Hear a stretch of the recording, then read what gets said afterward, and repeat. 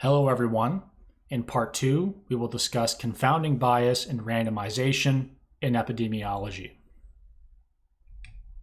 My name is Taylor McClendon and I am an epidemiologist and I do HIV research in Vancouver.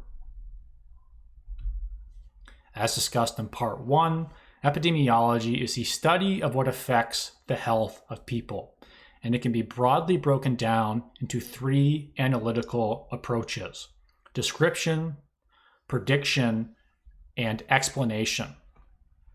The focus of this video, explanation, is where we examine relationships or quantify associations between exposures and outcomes. If we are able to estimate a causal effect in the absence of bias, we can then go on to say that the exposure does in fact cause the outcome, or in some cases protect against a given outcome occurring. Bias is any systematic error that results in a non-causal output. Therefore, causal inference is the process of producing unbiased research findings. In epidemiology, randomization, or more specifically, the random assignment of exposure status, is a key tool and an important mechanism that we use to estimate causal effects, in other words, to produce unbiased research findings. As discussed at the end of the last video, confounding is differences in the exposed and the unexposed groups beyond the exposure itself. And a confounding variable is a factor that represents the difference or the differences between groups A and groups B, the exposed and the unexposed. This diagram depicts the relationship of a given confounder with the exposure and the outcome of interest. Here are some health-related examples where confounding can come into play.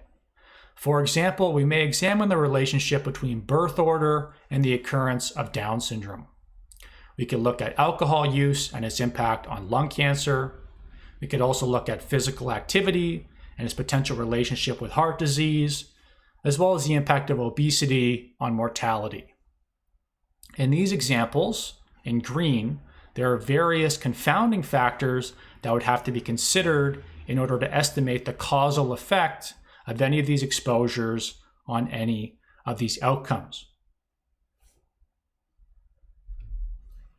Similarly, here are some silly or non-health related examples where we could, for example, look at the relationship between Rolex watch ownership and mortality. We could look at the relationship between the number of pairs of running shoes a person owns and their cholesterol levels.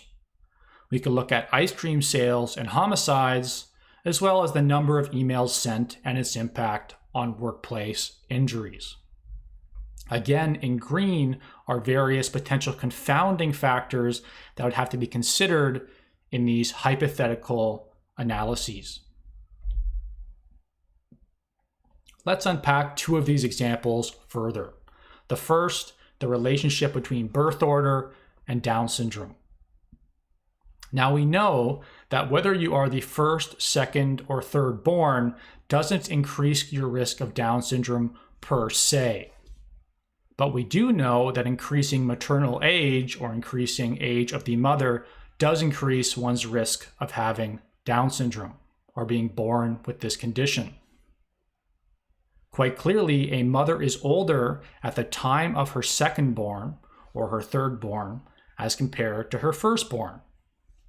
In this case, if you were to examine the relationship between birth order and Down syndrome, it would be confounded by maternal age. Similarly, in the silly example, we may try to look at the relationship between Rolex watch ownership and mortality. Quite obviously, owning a Rolex does not extend your life.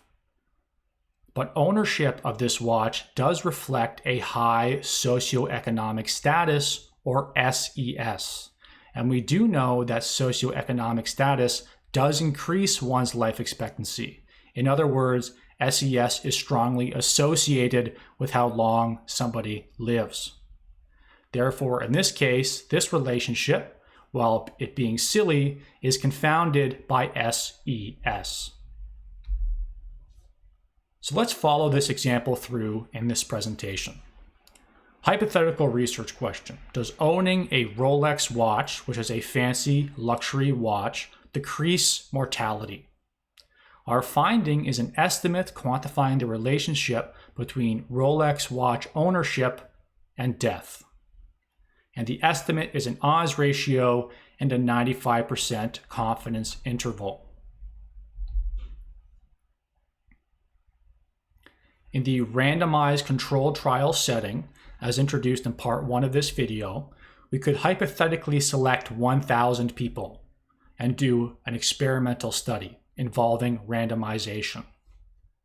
In this case, we would randomly give 500 of these participants a Rolex watch. These folks would be exposed to Rolex watch ownership. The other half, the other 500 people, would be given nothing, and they would be unexposed to Rolex watch ownership. In this scenario of an RCT, or a randomized controlled trial, we can simply compare mortality between these two groups, those who were randomly given a Rolex and those who were not. In an observational study, such as a cross-sectional cohort or case control study, we could again select 1,000 people at random. But in this case, we would simply observe who already owns a Rolex watch as being exposed, and then we would observe who does not have a Rolex watch, the unexposed group. Because we have confounding in this analysis, and this is an observational approach, we must also observe or measure the confounding factors so that we can consider them in our analyses in order to eliminate the bias that they may contribute. In this case, we would observe the SES, the socioeconomic status of the participants. We would measure this confounder. And then we would adjust for socioeconomic status or consider socioeconomic status in our analysis, at which point we could then compare mortality between those we observed having a Rolex watch as compared to those we observed not having a Rolex watch. So what do we do in the context of a randomized controlled trial or an experimental study? We randomly have given half the group a Rolex, and they are now exposed. However, if you randomly give out Rolex watches, we know that SES is no longer associated with owning a watch. It is no longer associated with the exposure. And the Rolex versus the no Rolex groups will now be of equal SES, in which case socioeconomic status can no longer confound or bias the relationship between Rolex watch ownership and mortality. We've broken the link. We've canceled out the arrow connecting socioeconomic status to Rolex watch ownership, which means that socioeconomic status no longer confounds this relationship and no longer biases this relationship. So randomization, if done well, facilitates RCTs, or randomized trials, being atop the hierarchy of evidence, which was introduced in part 1 of this video. And this is why RCTs, in part, are minimally biased. What randomization does is it automatically eliminates differences between the comparison groups of the exposed and the unexposed. Therefore, after randomization, the group with a Rolex is on average the same as the group without a Rolex, with the exception of owning the Rolex itself. This randomization exercise in the experimental study allows for fair comparisons between the exposed and the unexposed groups, which allows us to answer the question, regardless of socioeconomic status, what is the impact of owning a Rolex watch on mortality? As discussed in part 1, an odds ratio, or the estimate from our statistical model, is the odds of the disease occurring in the exposed group divided by the odds of the disease occurring in the unexposed group. An odds ratio of 1 indicates that the exposure is not associated at all with the outcome. An odds ratio greater than 1 indicates the exposure increases the likelihood of the outcome occurring. And an odds ratio less than 1 indicates that the exposure decreases the likelihood of the outcome occurring. Now, this is a randomized controlled trial analysis. And what I'm showing is an unadjusted model or a univariable model. A univariable model is where one independent variable is included in the statistical model, and this independent variable simply captures whether somebody was exposed, in this case the Rolex watch ownership, versus unexposed, not having a Rolex. And then we quantify the relationship of this exposure with our outcome of interest, which is mortality, meaning whether somebody is alive or whether they are deceased. And we use this model to estimate an odds ratio in the 95% confidence interval. And what this model is showing is that if you are exposed to Rolex watch ownership, there is an odds ratio of 1. Meaning there is no relationship between owning a watch versus not owning this watch and its impact on your longevity. There is no link between these two things after completing a randomized controlled trial. So if you complete a properly executed RCT, there is no confounding bias because of randomization, and no fancy statistical adjustment is necessary. So as discussed in the last video, this gives us an unbiased finding, or the causal effect of Rolex ownership on mortality, where we see, because the odds ratio is 1, there is no link or no association between these two things. And this reflects the truth in that giving people Rolexes or people owning a Rolex will not make them live longer. Now, we will move over to observational studies, which were introduced as well in the last video, including case control, cross-sectional, and cohort studies. As shown in the hierarchy or the pyramid of evidence, these study designs rank lower than the experimental study, which is the randomized controlled trial, and they have a higher likelihood or potential for bias, in particular, confounding bias. In observational studies, we simply observe who already owns a Rolex watch and who does not. So unlike an RCT, we know that participants who own a Rolex in the real world will be much different than those who do not own this watch. Quite clearly, people who own this watch will be of higher socioeconomic status than those who do not. In this case, socioeconomic status is strongly associated with the exposure, which is ownership of a Rolex watch. And we also know, as discussed previously, that socioeconomic status is associated with the outcome of mortality. Therefore, there is confounding bias being introduced by socioeconomic status in this observational setting, where we do not randomize the Rolex watches. Therefore, without randomization automatically eliminating differences between groups A and B, Rolex versus no Rolex, we must use a real-world solution. We must measure or capture information on this confounding variable and then consider this confounder in our observational analysis using our statistical model, which we did not need to do when we randomized. So in the observational setting, we have to observe the socioeconomic status of the participants. We have to measure this amongst our study sample. For example, we could use a questionnaire to assess the income, education, and occupation of our study participants, and we could categorize our participants into low SES, middle SES, and high SES categories. And after we've done this, we can then adjust for this variable in our analysis. Before doing that, I want to show you what it looks like in an observational analysis when you do not consider confounding bias. So this is an unadjusted model, but in this case, we're using observational data as opposed to experimental data. So similarly, this is a univariable model where only the exposure variable is considered, Rolex versus no Rolex, and again, we're looking at the outcome of mortality, alive versus deceased. Similarly, we estimate an odds ratio and a 95% confidence interval.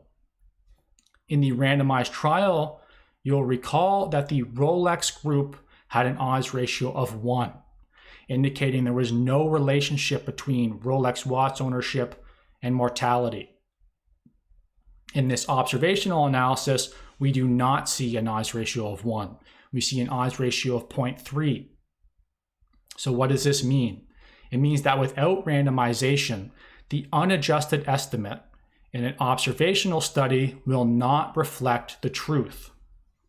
So the unadjusted or univariable estimate indicates that owning a Rolex will actually reduce your risk of dying. Based on what we discussed in the last video, this is a strongly biased finding or an unreliable association, where we actually do not know what is going on with respect to Rolex watch ownership and mortality. Quite clearly, decisions that relate to the provision of Rolex watches to decrease mortality will be based on biased evidence, and this would not have the attended impact that you might expect based on the statistical estimate from this model. Now, if we were to use an adjusted model or a multivariable model using the same data, we could emulate randomization by including the measure of socioeconomic status in the multivariable model. So in addition to having a variable for the exposure of interest, owning a Rolex versus not having a Rolex, we now have a variable in the model representing socioeconomic status category. And we estimate odds ratios for all of these categories. By including SES as a confounder, we now see that the odds ratio, or the statistical estimate, or the measure of effect for Rolex watch ownership is now back to 1. And this is the same answer that we got in the randomized controlled trial analysis. So what we've done is we've used regression adjustment to emulate randomization to give us the same unbiased answer as the RCT. So what we now see using the observational data is that giving people a Rolex will not impact their mortality. And this is an unbiased finding or a causal effect, where we know that Rolexes, as nice as they may be, do not make people live longer. So the purpose of emulating randomization, or trying to achieve the same goals of randomization using a multivariable model, is to improve the validity of the research that we do using non-experimental data, in which we observe and measure confounders and adjust for them in our statistical models. Of course, this is a very simplified scenario, as SES, or socioeconomic status, is only an example of one potential confounding variable or one source of bias. And while SES is likely the strongest confounder, there are many other factors, such as age, that would strongly confound the relationship between Rolex watch ownership and mortality in an observational study. Ultimately, the estimation of causal effects requires that all confounders be measured and considered, or more specifically, adjusted for in an analysis. And while this is a very difficult task, we must try to do this as epidemiologists. Now, while this Rolex example may seem silly, it's easy to draw similar erroneous conclusions in our own epidemiological research. For example, the question, does treatment A versus B reduce the occurrence of disease? So here, our relationship of interest is treatments in a given disease. We know that there's many reasons why people are or are not prescribed treatments in the real world. For example, poor kidney function as a contraindication for treatment A. And we know that these reasons are also associated with the disease. Therefore, indications or contraindications for getting or not getting a treatment can also act as confounding variables in an observational analysis. So what does this mean? It means that observational epidemiology using cohort studies, case control studies, and cross-sectional studies requires a thorough consideration of confounding bias to get meaningful answers that can be used to inform decision-making. Ultimately, confounded analyses, especially in the observational setting where we do not have the benefits of randomization, provide us with uninformative conclusions that should not be used to make decisions. And with that, I would like to thank you for watching this video. Please subscribe if you enjoyed this content. If you feel like I missed anything, feel free to ask questions and leave comments below. And please check out related videos on this channel.